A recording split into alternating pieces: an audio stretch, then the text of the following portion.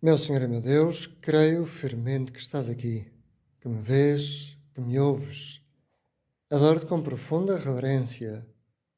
Peço perdão dos meus pecados e graça para fazer com fruto este tempo de oração. Minha Mãe Imaculada, São José, meu Pai e Senhor, anjo da minha guarda, intercedei por mim. Hoje tive uma boa surpresa porque estive à conversa com um casal amigo a quem casei há uns anos atrás. E nessa conversa com o rapaz, o meu amigo, dizia-me que tinham voltado de férias, tinham passado uns dias muito bons e que a sua mulher, dizia ele rindo-se, estava cada dia mais enamorada dele. Do outro lado do telefone também deu uma gargalhada porque percebia a duplicidade da sua frase. Era a mulher que o amava, evidentemente que ele também ama a sua mulher, mas dizia-o de uma forma dupla, como deixando de entrever um segundo sentido. Não te vou dizer o que eu penso sobre a minha mulher. Era evidente pela conversa, pelo contexto, mas isto fez-me pensar. Tantas vezes, acho que nos acontece a todos, estarmos entusiasmados, como aconteceu com este casal e com todos no dia do casamento, e depois vão passando os anos e, por vezes, há dias em que uma pessoa diz: outra vez, cuidar destes filhos. Ou agora que estivemos na JMJ, aqueles dias estão cheios de sorrisos, daquele calor humano, da presença do Papa Francisco. Eram dias felizes. E talvez agora que já passou algum tempo, possas ter notado no coração como a proximidade com Jesus, na oração, que também agora te está a ouvir a ti e a mim, que às vezes pode custar um pouco. O amor é trabalhoso, por vezes tem as suas exigências. E pensava nisto quando vi subitamente, foi uma providência, foi uma coincidência providencial, de que li o Salmo 44, passou pelos meus olhos este salmo, e que diz: Deus conhece os segredos do coração. Senhor, tu examinas-me e conheces-me. Penetras de longe os meus pensamentos. Vês-me quando caminho e quando descanso. Estás atento a todos os meus passos. As trevas não são escuras para ti. Examina-me, ó Deus, e conhece o meu coração. Assim termina o salmista, sabendo que Deus o acompanha com a rapidez do pensamento próprio de um enamorado. E por isso lhe desafia, como que desafiando Deus: examina-me, ó Deus, e conhece o meu coração, pois o coração do salmista estava posto em Deus. Na linguagem bíblica, o coração é o mais íntimo da pessoa humana, aquele lugar da alma onde encontramos a raiz e a verdade dos nossos pensamentos, os desejos, os sentimentos, as nossas decisões. É exatamente isso que São Paulo queria dizer quando escreve que Deus julgará a nossa vida. Não julgueis antes do tempo, diz ele, até que venha o Senhor. Ele porá às claras o que está escondido nas trevas e manifestará as intenções dos corações. Por que é que digo tudo isto? Porque tu hoje, Senhor, no Evangelho da missa de hoje, contas uma parábola sobre a retidão de intenção, isto é, sobre a clareza ou a transparência da nossa conduta. Diz assim a parábola do Senhor. Naquele tempo, disse Jesus aos seus discípulos a seguinte parábola: O reino dos céus pode comparar-se a um proprietário que saiu muito cedo a contratar trabalhadores para a sua vinha. Ajustou com eles um denário por dia e mandou-os para a sua vinha. Saiu à meia da manhã e viu outros que estavam na praça ociosos e disse-lhes: Ide vós também para a minha vinha, e dar-vos-ei o que for justo. E eles foram. Voltou a sair por volta do meio-dia e pelas 3 horas da tarde fez o mesmo. Saindo já ao cair da tarde, encontrou ainda outros que estavam parados e disse-lhes: Por que ficais aqui todo o dia sem trabalhar? E eles responderam-lhe: Ninguém nos contratou. Então ele disse-lhes: Ide vós também para a minha vinha.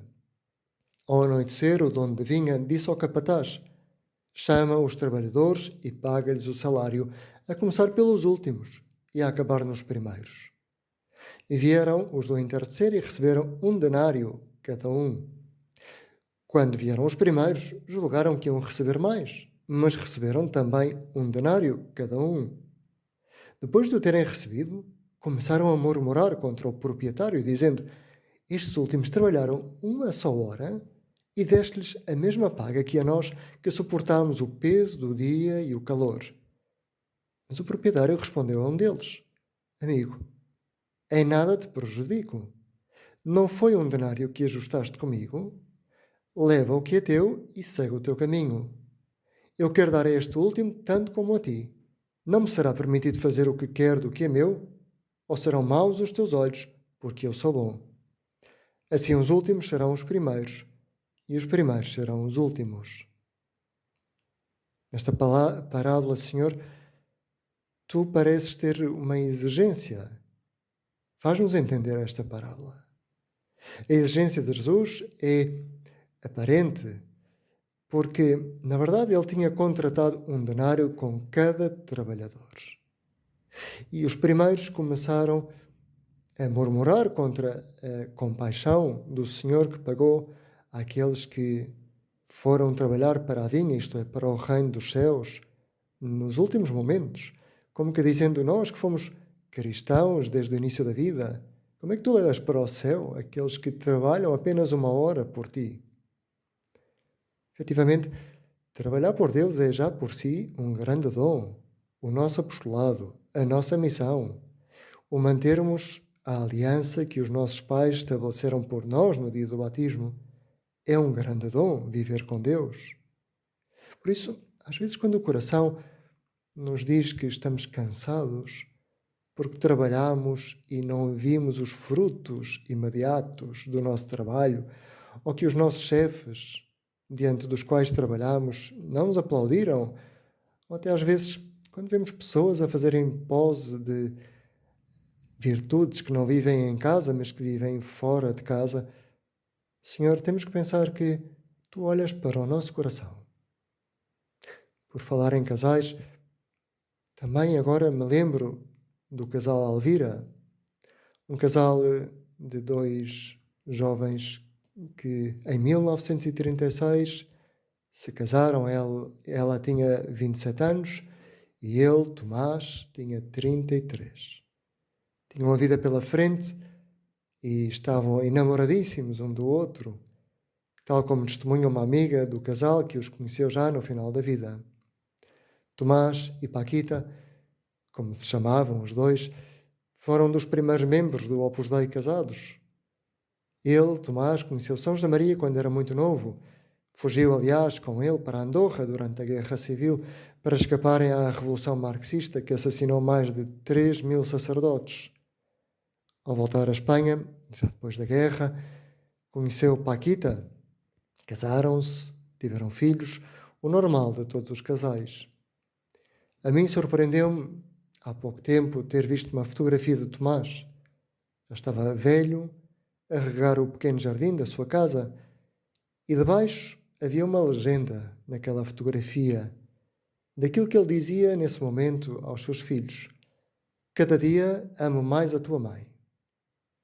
Recordava-se das palavras de São José Maria quando ele, Tomás, e também quando São José Maria eram jovens e tiveram que cruzar os Pirineus para chegar a Andorra, debaixo do som de tiros que davam os guardas da fronteira que perseguiam os grupos que tentavam escapar do país.